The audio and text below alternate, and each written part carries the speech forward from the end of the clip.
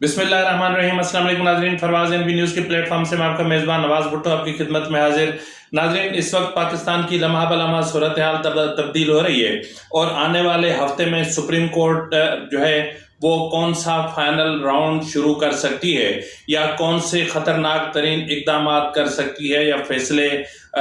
आ सकते हैं या फिर चीफ जस्टिस का बिहेवियर क्या होगा, इस पर भी हम आज के व्लॉग में बात करेंगे। और फिर हम बात करेंगे कि इस वक्त ऐसा लग रहा है कि जैसे एक भयानक तबाही पाकिस्तान की मईशत को तेजी से निगल रही है और निगरान केयरटेकर सेटअप जो है वो महज एक दिखावे के लिए बनाया गया था और बाकी काम अब जो मिलिट्री इस्टेब्लिशमेंट है उन्होंने संभाल लिया है। और अब उन्होंने बाकायदा और बाज़ाब्ता तौर पर तो पहले से ही वो यानी जो मुल्क की जो मुआशी हालात हैं उनको बेहतर करने के लिए इकदाम कर रहे थे, लेकिन अब उन इकदाम पर ज्यादा संजीदगी से जो है वो कोशिश की जा रही है या फिर एफर्ट्स ली जा रही हैं। नाज़रीन, इस सारी सूरत हाल में प्रोजेक्ट इमरान का क्या अमल दखल रहा है ये हम पहले ही बात करते रहे, लेकिन आज हम इब्तदाई में यकीनन थोड़ी सी इस पर भी बात करेंगे। नाज़रीन, अगर आपको हमारा प्रोग्राम पसंद आए तो आपसे एक इल्तमास है कि मेहरबानी करके इन्हें सब्सक्राइब करना, लाइक करना और शेयर करना मत भूलिएगा और बेल आइकन दबा दीजिएगा ताकि आप तक बर वक्त हमारे व्लॉग्स पहुंचते रहें। नाज़रीन, आपका सब्सक्राइब करना मेरे लिए इंतहाई अहमियत का हामिल है। बहुत सारी वजूहात होती हैं जो बयान नहीं की जा सकती और मैं भी कोई वजह है जो बयान नहीं कर सकता। नाज़रीन, आर्मी एस्टेब्लिशमेंट पाकिस्तान की तारीख का एक वो कड़वा सच है कि जिसने हमेशा निज़ाम जमहूरियत को या पार्लिमानी निज़ाम को कमज़ोर करने की कोशिश की है और उसकी बुनियादी वजह यह है कि इस्टेब्लिशमेंट ने हमेशा खुद को मजबूत रखने के लिए पार्लिमानी निज़ाम को कमज़ोर किया है, पार्लियामेंट को कमज़ोर किया है और पार्लियामेंट को किसी न किसी सतह पर या किसी न किसी हद पर जाकर नुकसान पहुंचाया है, आइन को नुकसान पहुंचाया है और आइन को कई मर्तबा मुअत्तल किया है। और एक जनरल परवेज मुशर्रफ तो यहाँ तक कहते थे कि आइन है क्या, वो तो महज एक कागज का टुकड़ा है जिसको रद्दी की टोकरी में फेंक दिया जाए। तो बहरहाल इसी इस्टेब्लिशमेंट ने प्रोजेक्ट इमरान लॉन्च किया और फिर आज वो प्रोजेक्ट इमरान खान जो है वो इस्टेब्लिशमेंट के लिए एक बहुत बड़ी लायबिलिटी बन गया है। अब उस गंद को साफ करने के लिए जो भी इकदाम किए गए वो आपसे ढके छुपे नहीं है। इमरान खान की हुकूमत का खात्मा हो या फिर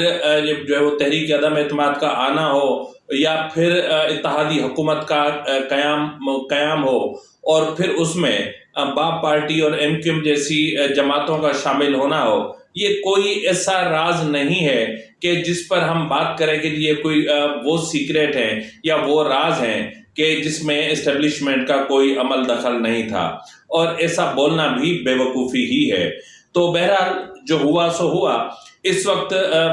अपना इस्टेब्लिशमेंट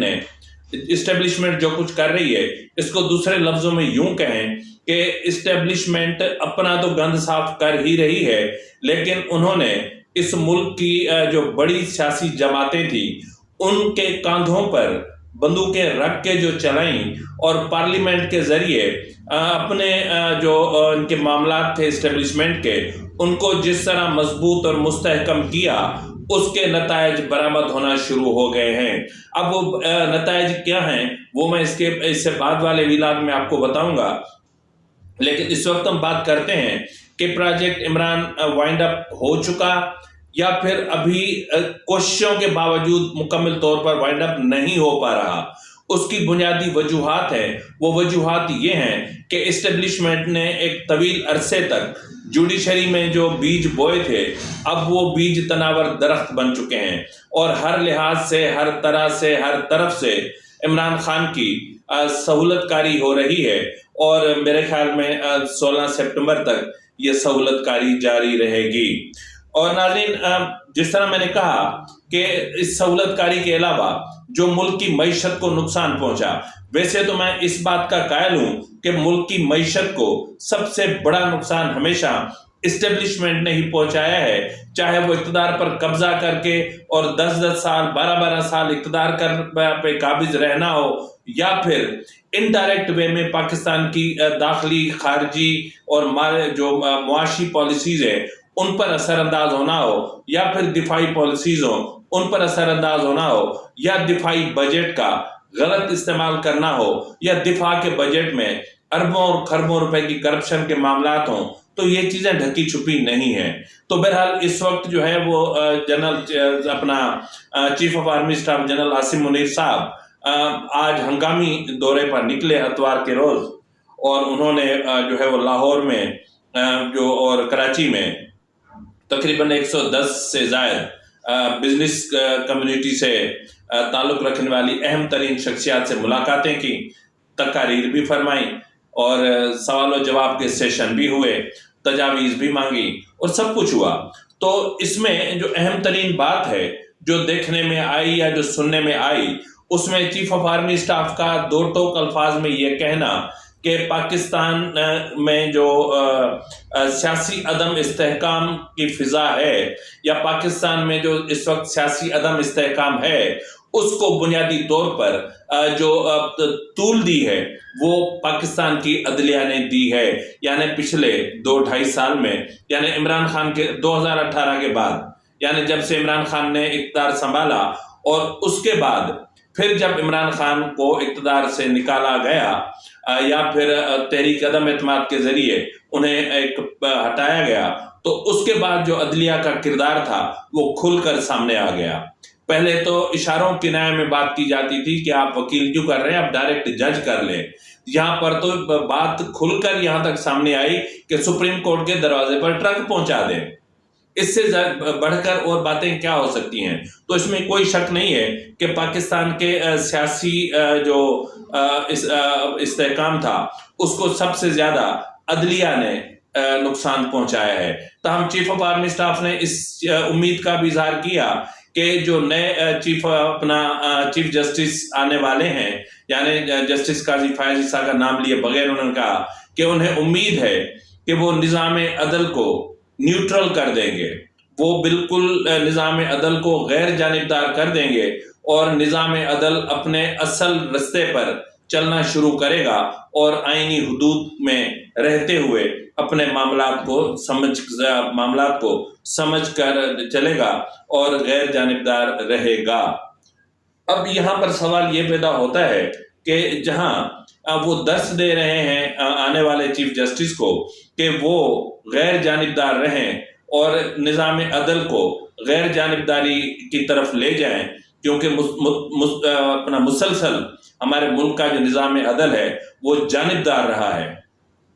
وہ آمروں کا حامی رہا ہے، وہ آمریتوں کا حامی رہا ہے، وہ آمر ٹولوں کا حامی رہا ہے، وہ ان کا حامی رہا ہے جن کو آمروں کی پشت پناہی حاصل رہی ہو، اور یہ سلسلہ کنٹینیوسلی جاری تھا۔ اور جو چیف جسٹس عمر عطا بندیال صاحب ہیں سپریم کورٹ کے، انہوں نے تو حد ہی مکا دی، اور پھر لاہور ہائی کورٹ نے تو کوئی کسر نہ چھوڑی اور انتہا کر دی۔ تو بہرحال اب دیکھتے ہیں کہ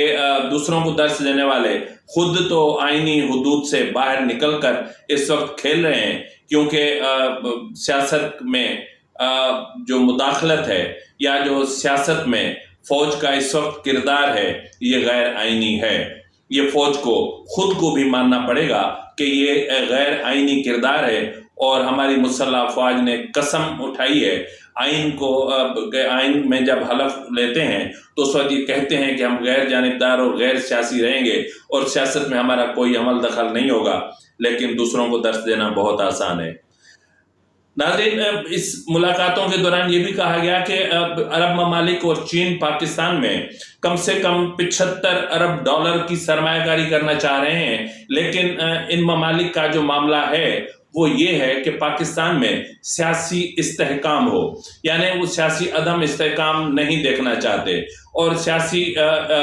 جو استحکام ہے اس کو کس نے نقصان پہنچایا؟ ایک تو عدلیہ نے پہنچایا، اور عدلیہ کی شہ پر اور عدلیہ کی پشت پناہی پر یقیناً پی ٹی آئی نے پہنچایا۔ تو انڈائریکٹ وے میں जो इशारा था वो पीटीआई की ही तरफ था। यानी दूसरे लफ्जों में यूं कहें कि उनका ये कहना था कि अगर हम पीटीआई के खिलाफ कोई बड़ा कदम उठाते हैं तो आप लोग कम से कम हमारे साथ रहें। तो उन्होंने कहा कि ये सब कुछ हो सकता है, लेकिन ये सब कुछ जो सरमायाकारी है, गैर मुल्की सरमायाकारी, यानी 75 अरब डॉलर की, वो जुड़ी हुई है सियासी इस्तेहकाम के साथ। तो बहरहाल इस वक्त जो है वो सियासी इस्तेहकाम को बरकरार रखने के लिए हर किस्म के संजीदा इक़दाम किए जा रहे हैं और उसके साथ मईशत की बहाली पर भी काम किया जा रहा है। नाज़रीन, उन्होंने एक और चीज़ कही जो अपने आप में माना खेज थी, वो ये थी कि उन्होंने कोर कमांडर कराची को,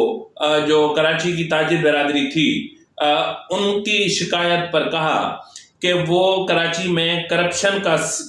का सिस्टम जो चल रहा है उसके खात्मे के लिए संजीदा किस्म के इक़दाम करें और इस सिस्टम को ख़त्म किया जाए। अब ये जो सिस्टम है और कोर कमांडर के अख्तियारात हैं, ये मामलात क्या हैं, ये मैंने जिस तरह कहा ना कि अगले व्लॉग में इस पर मैं तफसील से बात करूंगा आपके साथ। उन्होंने ताजिर बिरादरी को यकीन दहानी कराई कि डॉलर की स्मगलिंग को, अफगानिस्तान स्मगलिंग को हम ज़ीरो टॉलरेंस पर ले जाएंगे। यानी स्मगलिंग अब ज़ीरो टॉलरेंस है, यानी अब हमने ये पॉलिसी बना ली है तो बना ली है, उसकी हमें चाहे कोई भी कीमत अदा करनी पड़े, लेकिन अब डॉलर स्मगल नहीं होगा। जहां डॉलर अफगानिस्तान स्मगल नहीं होगा, वहां ईरान से कोई भी तेल पाकिस्तान स्मगल नहीं होगा। और कराची क्या, पूरा सिंध और जो बलूचिस्तान की पट्टी है, वहां कहीं भी आपको ईरानी तेल इस तरह बिकता हुआ नहीं मिलेगा और कोई भी पेट्रोल पंप ईरानी तेल फरोख्त नहीं करेगा। और इस हवाले से भी जो है वो संजीदा इक़दाम किए जा रहे हैं और संजीदा इक़दाम डॉलर की जो यहाँ इंटरनली यानी जो अब जो हवाला हुंडी और दूसरे तरीकों से स्मगल होने का जो मामलात हैं, उनको भी, उसका भी सख्ती से नोटिस लिया गया है और उसके खात्मे के लिए भी संजीदा इक़दाम किए जाएंगे। अब देखते हैं जी कि वो इक़दाम क्या होंगे और किस तरह के होंगे। उन्होंने ताजिर बिरादरी को यकीन दहानी कराई, मुकम्मल तौर पर यकीन दहानी कराई कि आने वाले 6 माह पाकिस्तान के मुस्तकबिल के लिए इंतहाई अहम है। आने वाले 6 माह में एक इनकलाब बर्पा कर देंगे और मईशत की बहाली के हवाले से एक बहुत बड़े पैमाने पर जो इक़दाम किए जा रहे हैं उसके समरात अवाम तक पहुंचना शुरू हो जाएंगे और मुल्क में मईशत का पहिया चलना शुरू हो जाएगा। और मतलब 6 माह वो मुतवातिर, लाहौर और कराची यानी दोनों जगह पर वो मुतवातिर 6 माह की बात कर रहे हैं कि 6 माह में हम सब ठीक कर देंगे। चलो जी,